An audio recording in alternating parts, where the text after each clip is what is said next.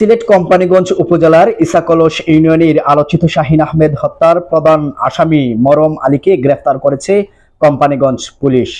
কোম্পানীগঞ্জ থানার উপপরিদর্শক মাসুদ আহমেদ ও মামলার তদন্তকারী কর্মকর্তা মঞ্জুর রহমানের সঙ্গীয় ফোর্সের সহযোগিতায় রবিবার ভোরবেলা হবিগঞ্জ জেলার মাধবপুর থানা এলাকা থেকে তাকে গ্রেফতার করা হয়।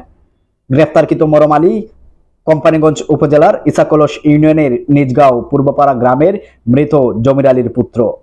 মামলা সূত্রে জানা যায়, গত 11 এপ্রিল ঈদের দিন দিবাগত রাত 8:30টায় উপজেলার ঈসাকলস নিজগাঁও গ্রামে প্রতিপক্ষের হামলায় নিহত হন ইলেকট্রিক্যাল ব্যবসায়ী শাহিন আহমেদ।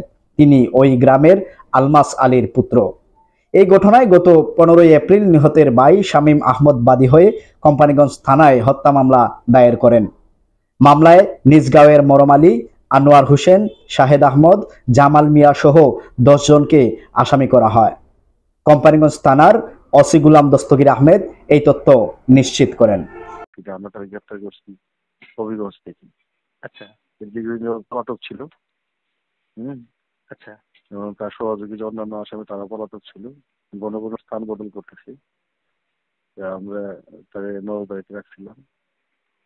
পরিশেষে যখন জানতে পারলাম যে সব অভিযোগে একটা জায়গায় অবস্থান করতেছে, পরে আমরা এখান থেকে টিম পাঠাইছি। টিম পাঠানোর পরে হবিগঞ্জ সহযোগিতা গ্রেপ্তার করে নিয়ে আসে। জিজ্ঞাসা করে সে ঘটনাটা স্বীকার করছে। রাত্রে আদালতে প্রেরণ করছে।